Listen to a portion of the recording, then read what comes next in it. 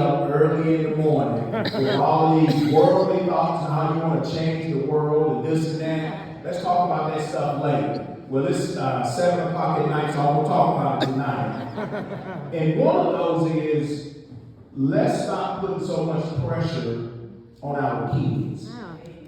I've been officiating basketball, and I probably officiated, Parks and Rec. And I'm going to say some things, I know it's going to be on camera, but who cares? And I probably officiated over 100 kids. Maybe 10 of them were really good basketball players. The rest were developing.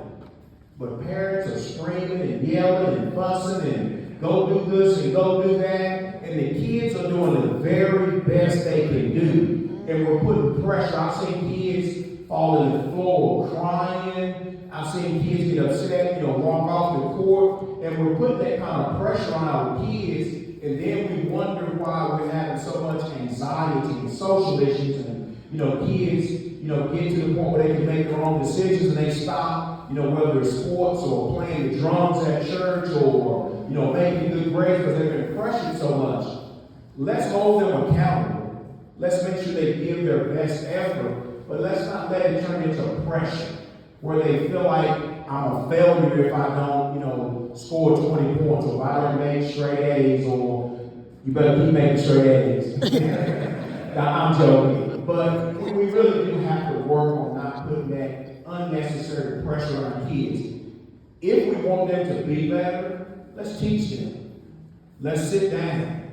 Let's show them. Let's model for them. Let's get them the training that they need to be good at what we want them to be good at, and not what we want them to be good at, but what they want to be good at. There are kids who don't do great in school, but they go on in life and they own their own business. They were not great in science, they were not great in history, but they're great business folk. So let us realize that kids have their own mind. Let's help them to achieve their goals. But let's take some of that pressure that we're putting on kids off of kids.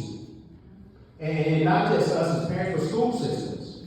Kids have to walk in a straight line. Kids have to sit in a seat for an hour and a half sometimes without moving. Kids can't go to the bathroom until there's a bathroom break. Kids have to raise their hand every time they want to ask a question. If they move and they were not given permission to move, they get in trouble. So all day there's just pressure, and we wonder why kids don't like school, why kids are having some of the troubles they're having. We've got to work on that. The next thing is, let's make sure that our interpersonal communications are aligning with biblical standards. I'm sensitive. And when you say stuff to me in a mean way, it hurts me. You ask a question, well, I already gave you the answer. Why do we have to do those things? The Bible tells us to season our words. We should be able to talk with anybody about anything and season our words so they can receive it. Be all things unto all men. Maybe somebody didn't understand. Maybe there's somebody that you do keep telling stuff to and they keep forgetting, but it's okay. Quick to listen, slow to speak, slow to anger. Let's put some of those things in place. Let's listen more. Let's stop getting so upset. Stop speaking so fast. We know that the tongue can kill, the tongue can bring to life. Man, start telling these folk who will give you all this negative stuff. No, not here. We're speaking life.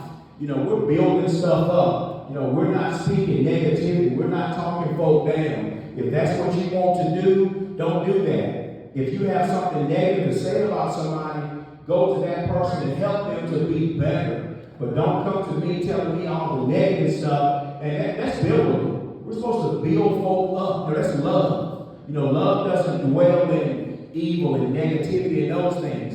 And if we're going to be loved and be Christians, we have to have those standards.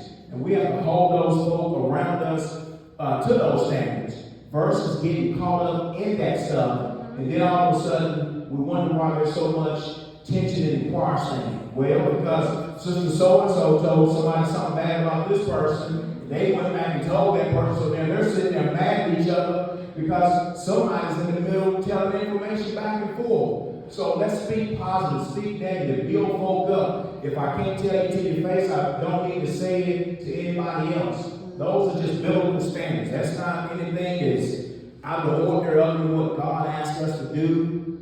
And I'm hearing a lot of folks say, God is not finished with me yet. And I've been thinking about this thing. He's not finished. He wasn't finished with Jesus, It's like he came back, But has he done anything with it? Amen. And I thought about a house. Like, you build a house. We remodel, we add on, we put. That's what God does to us.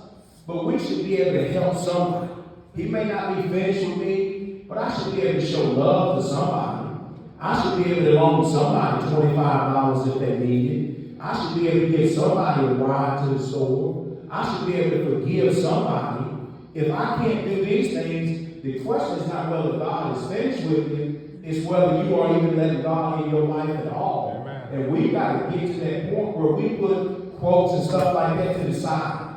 If I know an area where I'm weak, let me go read some scripture.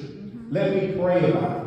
Let me go talk to the preacher. Let me go talk to other folk. How did you get better in this area? But we've got to stop making those excuses like, God's not finished with me yet. I just can't love everybody. Well, if you don't love everybody, we know where you end up. So, we got to get to that point where we can love everybody and forgive folk. And the last thing I want to talk about before I get into, black don't crack, mental health. It's an epidemic.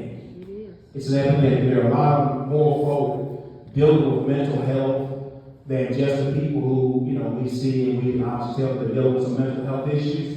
But there are a lot of folks, some of it is depression. Some of it is the fact that my neighbors bought a nice big old house, and I want a nice big old house, so I'm going to go work 3 jobs so I can add on to my house. Well, yeah, you're working 3 jobs, but you're stressed out. When you could have been a nice peace of mind and working at one job and relaxing, some of it is that, when we put ourselves in situations where we cause extra stress and we're stressing our brain out, no different than if you were lifting weights. If you can only lift 50 pounds and you put 200 pounds on that bar, something bad's going to happen. We got to stop putting so much pressure, so much weight on ourselves, and we have to be okay with boundaries and borders and staying within our limits. Like I said, those are 3 things that you don't have to listen to because I've shared with everybody here at Shiloh. But I want to talk to you tonight about black don't crack. And when we hear that, I see some folk here right now, I probably might guess your age. I'd probably, say your age, but you're probably 10 years older than that. And the reason is because black don't crack. We hold our age really well. But I'm not going to talk to you tonight about your skin and how well we hold our age. If you'll notice on my shirt, there's a comma after black. Black don't crack. So when I say black, I'm talking about us. Black, that's us. That's Shiloh, that's St. John, that's Sandy Level, that's Cascade, that's Axton Road, that's 58. Black, that's us. Don't crack. Don't crack. Don't give up. Don't give in. Don't give out. And that's my message for tonight. Black with the comma, don't crack. So in other words, I'm telling you all, don't crack. Don't give up. Don't give out.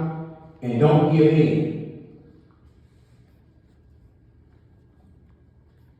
And just like your skin, if you don't want to have your skin, I'll use the word go back or look older than it should, there are certain things you have to do. You have to take care of your skin. You got to moisturize your skin. You can't go sit out in the sun all day. You can't live a life at 100 miles per hour and do anything and everything and expect your skin and your age, because there are some folk that you look at them and you do think they like 70 and they're really like 35. But they haven't done these things. So just like you have to take care of your skin, there are certain things that we have to do to make sure that black with the comma doesn't crack. And the first one is you have to have faith. You know, in order to not give up, in order to not give in, and in order to not give out, you have to have faith, because this old thing called life is tough. We have no idea what's down the road. And your day can be going great, and then something happens that throws your day off. But you got to have faith that all things work for the good of those who love the Lord. At that point in time, it may not be the case. 10 years down the road, you might say, that's why that happened. But we've got to have faith that God's going to get us through. There's a reason for what God is doing. And God's going to equip me with the resources, the people, and everything that I need in order to not crack, in order to not give in, not give up, and to not give out. Along with faith, you've got to have some courage. You've got to have some courage. And I say these things, but think about what people tried to take away from African Americans back in the day. If they wanted slaves to give up, to give in, and to give out, what they do? They brought another slave out, and they whooped you in front of the other slaves. So you would crack. But we're built to not crack. You know, we have courage. You know, we're willing to stand. We're willing to fight. And we have to have that same mentality today. You also have to have perseverance. You have to be willing to go the extra mile. You have to be willing to wait to see what the end is going to be in order to not crack. You got to have some forgiveness. I went to a funeral today, and the eulogist talked about people holding these grudges for years. Do you know how much that stuff builds upon you when you see somebody that you had issues with from your childhood, and you still can't speak to them, and every time you walk past and your blood pressure goes up, and you get tense and you're mad, and you go home and you're fussing? You know, you got to have some forgiveness. And like the preacher said, you forgive them and ask them for forgiveness, and you keep moving. If they don't forgive you or if they hold a grudge, they got to deal with it. But now you can walk into the room, you can smile, you can wave, you can speak to them. But in order to not give in, give up, give out, we have to be able to forgive folks. And we've got to have a focus. What's your purpose? What's your point? What are you trying to do? Where are you trying to go? So you've got to have a focus. And I think about like Harriet Tubman. You know, black doesn't crack. You know, when she helped slaves to escape, you know, I can visualize her looking back and, you know, saying, brother, sister, black, don't crack.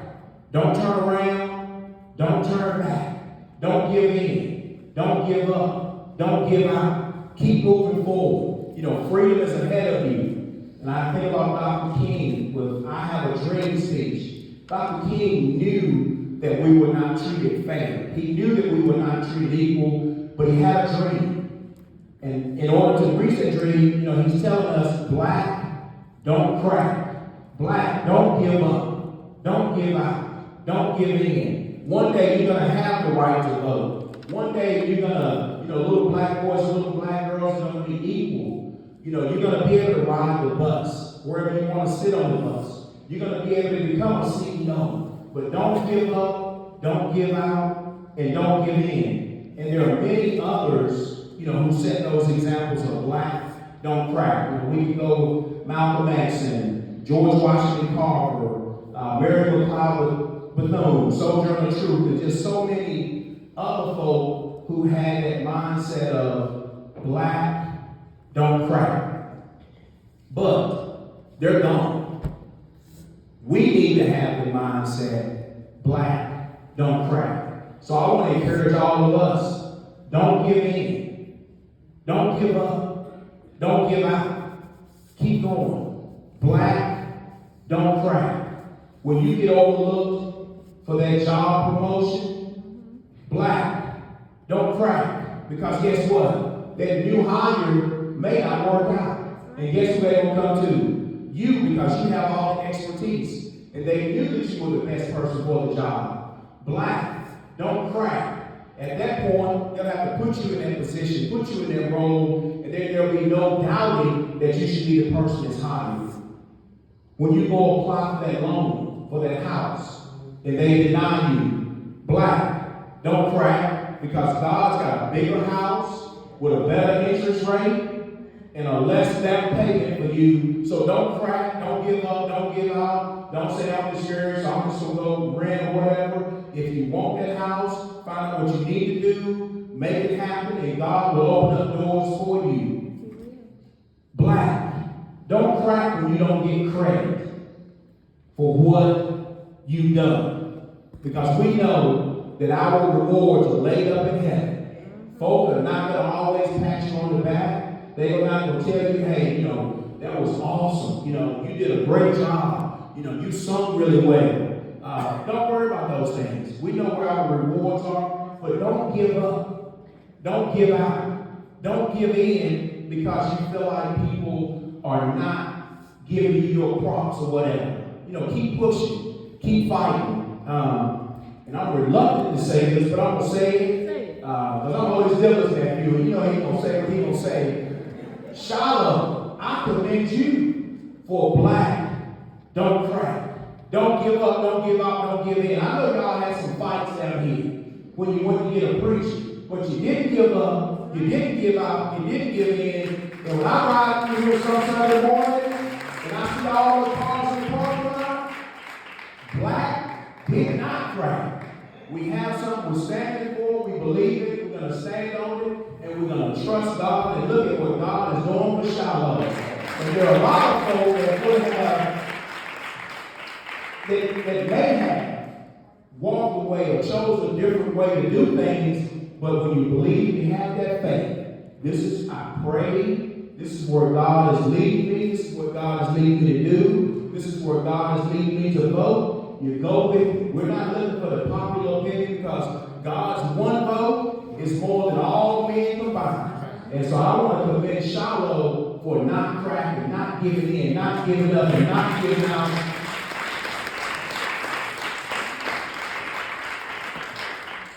So the next time you are up against the odds, black, don't crack. The next time someone doubts your ability, black, don't crack.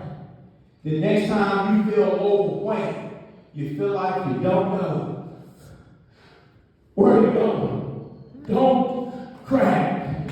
When you don't know who to turn to, when you don't know what to say, you don't know what you're crying about, don't crack. Keep pushing. Don't give in. Don't give up. Don't give out. The next time someone expects you to give up, give out, or give in, look them in their eyes and you tell them, black, don't crack. And there's a comma after black. We got to keep fighting and keep pushing because people do expect us to quit. They expect if they turn down your application that you're going to stop. They expect if they tell you I'm probably not in favor of that, you're going to stop. If they don't let you sing your song on first Sunday, they probably think you're going to stop asking, can I sing it second Sunday? I'm going to be back and I'm going to ask you again. And if you don't let me sing it in the choir, I'm going to sing it during testimony service. And if we don't have testimony service, I'm going to be up in the middle of church and I'm going to sing my song, and then I'm going to ask God and preach to forgive me. But don't give up. Don't give out. Don't give in. And that's this part of what I wanted to do tonight. If anybody have questions or comments about that, we can talk about that. And I know you said like 8 o'clock-ish.